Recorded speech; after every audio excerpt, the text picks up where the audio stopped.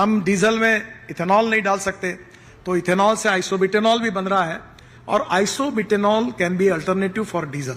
मैंने किर्लोस्कर के 2 generator set, एक इथेनॉल पर और आइसोब्यूटेनॉल पर 100% सक्सेसफुली चल रहे हैं, उसको लॉन्चिंग किया, तो इंजन बन सकता है।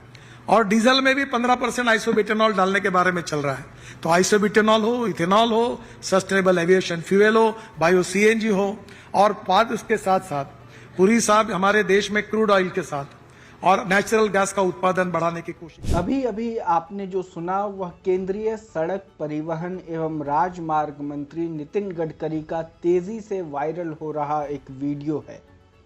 समाचार एजेंसी IANS के मुताबिक यह बयान विश्व पर्यावरण दिवस के मौके पर यानी 4 जून 2026 को मारुति सुजुकी की पहली फ्लेक्स फ्यूल पैसेंजर कार के लॉन्च कार्यक्रम के दौरान दिया गया था। यानी यह वीडियो करीब 1 महीने पुराना है, लेकिन अब जब पेट्रोल में E20 ब्लेंडिंग को लेकर पूरे देश में बहस चल रही है, तो यही पुराना वीडियो फिर से सोशल मीडिया पर वायरल हो गया है। वीडियो देखकर कई लोग यह मान रहे हैं कि सरकार अब डीजल में भी बायोफ्यूल ब्लेंडिंग शुरू करने जा रही है। वीडियो वायरल होने के बाद सोशल मीडिया पर तरह तरह की प्रतिक्रियाएं सामने आ रही हैं।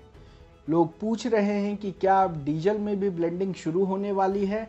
इसी बीच सरकारी सूत्रों के हवाले से कहा जा रहा है कि फिलहाल डीजल में 15% आइसोब्यूटेनॉल ब्लेंडिंग लागू करने की कोई योजना नहीं है।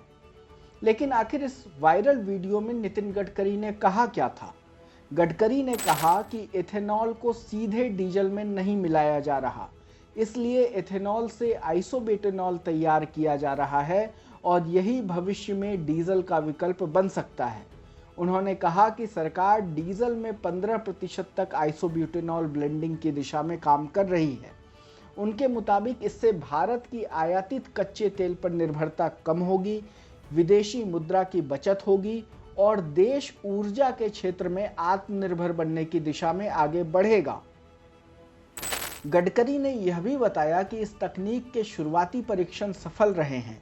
उनके अनुसार 2 जनरेटर सेटों को 100% एथेनॉल और आइसोब्यूटेनॉल पर सफलतापूर्वक चलाया जा चुका है। उनका दावा है कि इससे यह साबित होता है कि भविष्य में ऐसे इंजन विकसित किए जा सकते हैं जो इन ईंधनों पर पूरी तरह काम करें।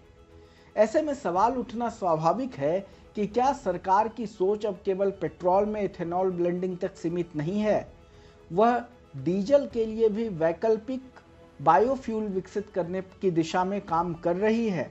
इस वीडियो के वायरल होने का समय भी कम दिलचस्प नहीं है। पहले ही पेट्रोल में 20% एथेनॉल ब्लेंडिंग यानी E20 को लेकर पूरे देश में बड़ी बहस छिड़ी हुई है।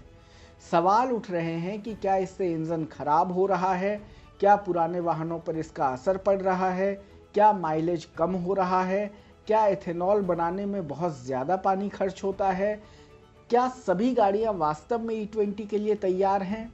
इन सवालों पर सरकार को बाकायदा सामने आकर सफाई देनी पड़ी। पेट्रोलियम एवं प्राकृतिक गैस मंत्रालय ने विस्तृत स्पष्टीकरण जारी करते हुए कहा कि E20 कार्यक्रम वैज्ञानिक अध्ययनों, नियामकीय सुरक्षा और दुनिया के कई देशों के अनुभव पर आधारित है। मंत्रालय ने इंजन खराब होने, वारंटी खत्म होने, बीमा अमान्य होने और पानी की अत्यधिक खपत जैसे दावों को भ्रामक बताया। इसके बावजूद E20 को लेकर उठे सवाल अभी खत्म नहीं हुए हैं और अब मंत्री जी के इस पुराने वीडियो के दोबारा वायरल होने के बाद चर्चा का दायरा पेट्रोल से आगे बढ़कर डीजल तक पहुंच गया है। यहीं से कुछ नए सवाल भी खड़े होने लगे हैं। सबसे पहला सवाल, अगर भविष्य में डीजल में आइसोब्यूटेनॉल मिलाने की दिशा में सरकार आगे बढ़ती है तो क्या इस बार पहले व्यापक तकनीकी परीक्षण किए जाएंगे? क्या automotive research association of India यानी ARI, international centre for automotive technology यानी ICAT और वाहन निर्माता कंपनियां पहले यह सार्वजनिक रूप से बताएंगी कि देश में चल रहे मौजूदा डीजल वाहन इस तरह के मिश्रित ईंधन के लिए कितने तैयार हैं? क्या इंजन की टिकाऊ क्षमता, माइलेज, उत्सर्जन, रखरखाव और लंबे समय तक इस्तेमाल के प्रभाव से जुड़े अध्ययन सार्वजनिक किए जाएंगे? दूसरा सवाल क्षमता को लेकर है। अगर भविष्य में डीजल में 15% तक आइसोब्यूटेनॉल मिलाना है तो इसके लिए पर्याप्त उत्पादन क्षमता, कच्चे माल की उपलब्धता, आपूर्ति श्रृंखला और वितरण व्यवस्था भी विकसित करनी होगी। फिलहाल इस दिशा में कोई विस्तृत सार्वजनिक रोड मैप सामने नहीं आया है। सरकार का दावा है कि दिसंबर 2025 में भारत ने पेट्रोल में 20% एथेनॉल ब्लेंडिंग का लक्ष्य समय से पहले हासिल कर लिया था। सरकार के मुताबिक इससे करीब 1.9 लाख करोड़ रुपए की विदेशी मुद्रा की बचत, कच्चे तेल के आयात में कमी, कार्बन उत्सर्जन घटाने और किसानों की आय बढ़ाने में मदद मिली है। अब यह साफ है कि भारत की बायोफ्यूल नीति केवल E20 तक सीमित नहीं रहने वाली। सरकार भविष्य में वैकल्पिक ईंधनों पर भी काम कर रही है। देर सवेर यह होने वाला है। भले ही फिलहाल सरकारी सूत्र इस पर कुछ भी साफ जानकारी देने से इनकार कर रहे हों या इस जानकारी को खारिज कर रहे हों। लोकमत हिंदी के इस रिपोर्ट में इतना ही। देश दुनिया की तमाम खबरों के लिए जुड़े रहें हमारे साथ। धन्यवाद।